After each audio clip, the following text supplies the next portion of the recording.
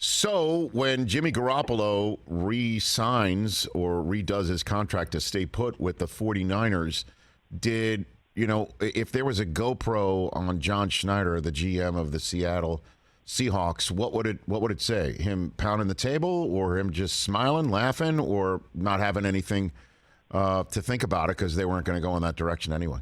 What do you got for me on that front? From my understanding, that the Seattle aspect of this with Jimmy Garoppolo was overblown. If he were to be released, would they have had interest? Sure.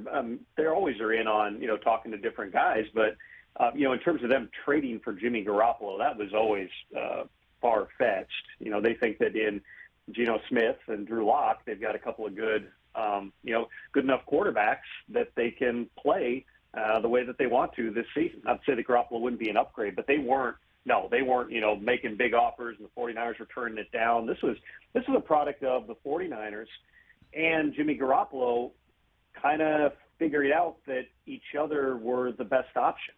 For Garoppolo, I'm sure people thinking, okay, why would Jimmy take this massive pay cut and go back to be a backup?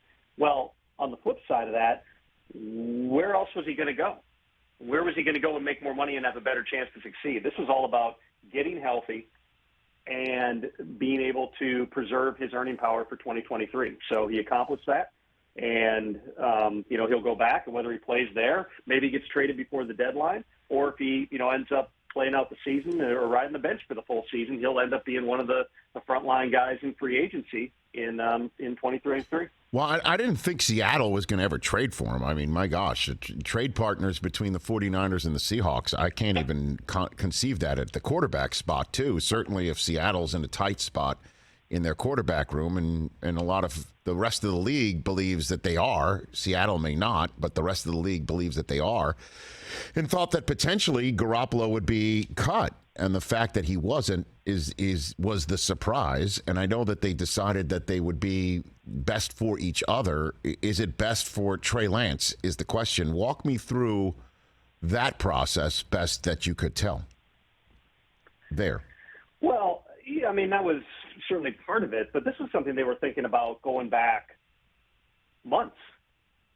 Literally months. That they had the thought going all the way back to March that this was a possibility. Once Jimmy had the surgery, that skewed the timeline, and so there was a consideration that the 49ers were ultimately, regardless of what they said publicly, could end up with him back in the fold.